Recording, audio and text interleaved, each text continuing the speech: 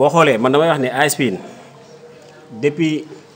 ay années ngi nii ci ginnaaw on n'avait pas un problème de salaire kon donc suñu problème de salaire dafa juddu à la création d'un poste boo xam ne ni moom la ñuy woowee premier vice-président délégué. premier vice-président délégué boobu noonu pour votre information lan moo tax ñu koy tudd ci mbir mi à chaque fois AS Pikine ñaari signataire la am ci compte am kenn ki mooy le président Mamadou Gueye qui est hors du pays pour des raisons familiales kenn ki mooy le président délégué mi nga xam ne ni moom la ñuy woowee Modou Fall. donc à l'heure actuelle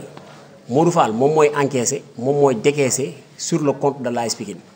donc mënuñoo en aucun moment mënuñu wax les problèmes financiers de l'équipe sans pour autant que moom ñu pointe ko du doigt. il a une quasi responsabilité ci par rapport ak situation bi nga xam ne ni moom moo fi xew bu ma ñëwee ci historique bi début de saison dañu wax ni dañu def un recrutement XL comme ni ñu koy waxee ne def nañ ci 29 millions 700 les vidéos sont là mu ngi fi biñ ne def nañ ci 29 millions 700 ñu dawal quelque temps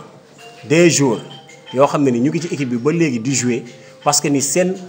gëm-gëm seen bëgg-bëgg Pikine moo leen ko may mais ils n'ont pas reçu leur prime de signature yi nga xam ne ni waxoon nañ ko des primes yoo xam ne ni dafa jóge ci 1 million ba ci ay 1 million 400 il y a même des agents de joueurs yoo xam ne ni ils ont menacé de porter l'équipe tribunal pour que ñu jox leen seen xaalis parce que négociation yi ñu waxoon ak ñoom defuñu ko buñ ñëwee buñ jógee ci loolu moom fin saison daaw le président bi nga xam ne ni moom mooy président vice-président délégué toog na fii vidéo yi ñu ngi koy firndeel mu ne AS Pikine am na oto boo xam ne ni def nañ ci 24 millions 600 Toyota Hilux 0 kilomètre ba léegi seenuñu faar ba fi ñu toll nii seenuñu faar oto bi ku ko laaj mu ne maa ko yor joxewuma ko au nom de quoi AS Pikine dafa nekk club boo xam ne c'est un club traditionnel ça n'appartient à personne ça appartient à tous les Pikinois yoo xam ne ni désiré nañ soucier nañ de cet avenir bi nga xam ne ni club bi moom lay doxee kon donc ñun ñoo moom équipe bi et que la majeure partie bi nga xam ne ni tey moom la équipe bi di doxee c'est grâce aux supporters dañuy wax ne AS Pikine amul subvention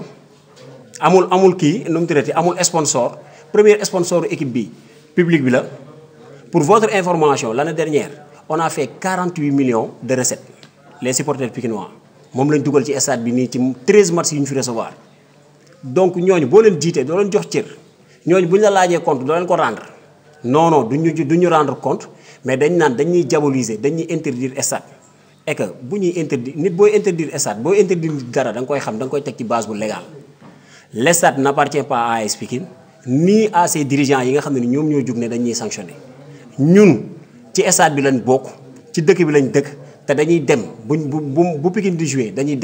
demee incha allahu rabbi AS Pikine dafay jouer en coupe de la ligue junior dinañ fa teew dinañ seetaan match bi dinañ supporter après bu ñu paree dinañ dem suñ statut de supporter dañ koy assumer. pour ñëwaat un peu ci li nga xam ne ni tey moom mooy les détails ci problème mu finance bi li may wax ni 24 millions yi dañ ko décaissé xaalis bu génn la jëndul oto gisuñu oto xaalis bi fu mu nekk mais ce sont ces grandes questions que nous nous posons. beneen bi mooy 7 millions yoo xam ne ni da nga toog moom moo toog les vidéos sont là encore une fois mu ne 7 millions laa def pour jëndal matériel waa communication ba léegi nii yenn matériels yi sax dañ koy àbb li may wax dama koo xam bu baax yenn matériels yi dañ koy àbb te Ngalam TV mooy direct seeni match ana matériel yooyu noonu wala ana xaalis bi fu ñu ko dugal. beneen bi mooy biñ paiement fay nañ nee nañ fay nañ 30 millions ci ay nit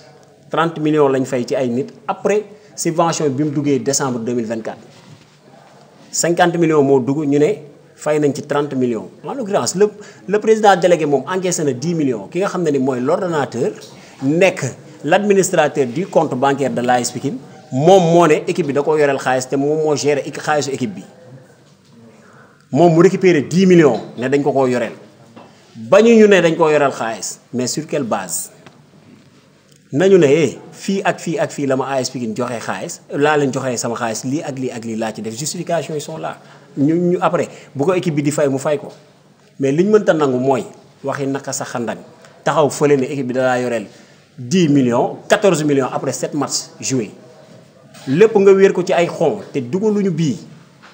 7 matchs joués benn bii lañ ci dugal contre Oslo ñu ne def nañ ci 14 millions mais vous vous rendez compte ci situation bi nga xam ne actuellement moom la équipe bi di dund te on avait vu la situation venir ñun bañ ko gisee on avait fait une alerte bind 2 lettres benn bi ñu adressé ko le président délégué moom beneen bi ñu adressé ko le président Mamadou Gueye pour que moom mu ñëw jël ay responsabilités par rapport à cette équipe bi nga xam ne ni moom moo ko diggoon même bu dul trophée digg na ko stabilité financière mais tey c'est tout à fait le contraire nan la équipe di encaisser 50 millions décembre ak un transfert de 5 millions boo xam ne ni moo dugg ci équipe bi transfert wala Maroc ñu ne dañoo yoral joueurs yi 2 mois de salaire ay prime de match sax fay ñu leen ko récemment lañ ko fay te fay ñoom du ñoom ñoo ko fay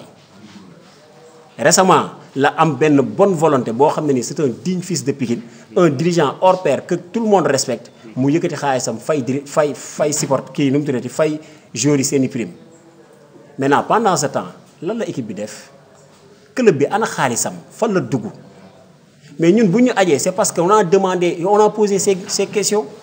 yi nag posé nañ ko ci comité supporter posé nañ ko aussi ci page Facebook yi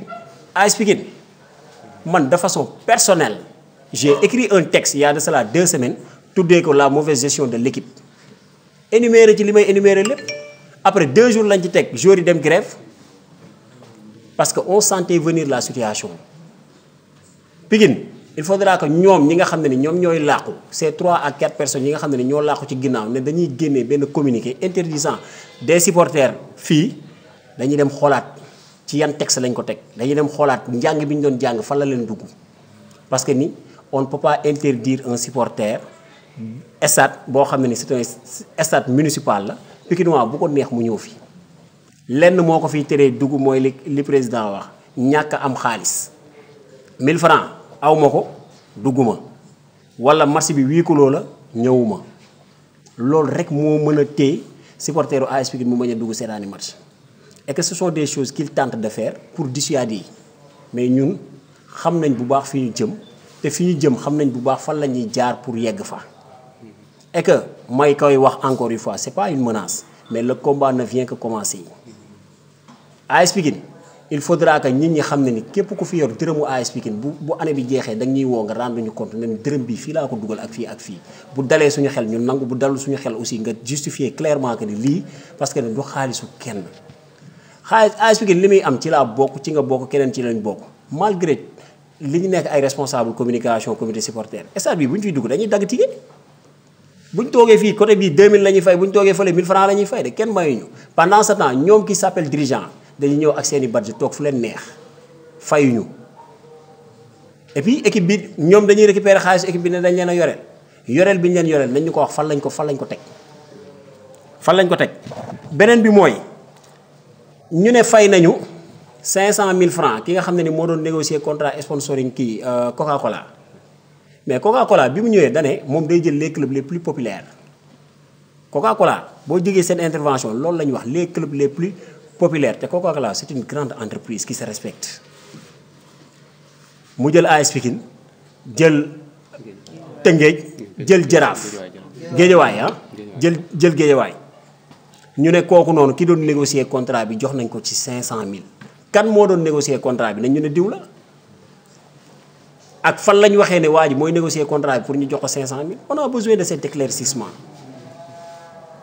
le trésorier Fallou Diagne nee na équipe bi amel na ko 1 million nañu andil acte bi ñoom ñëpp ñuy wax ne équipe bi da leen a yoreel nangu nañ de bañuñu mais nañ ko justifier avec des pièces justificatives yu leer nañ et que je les renvoie ñoom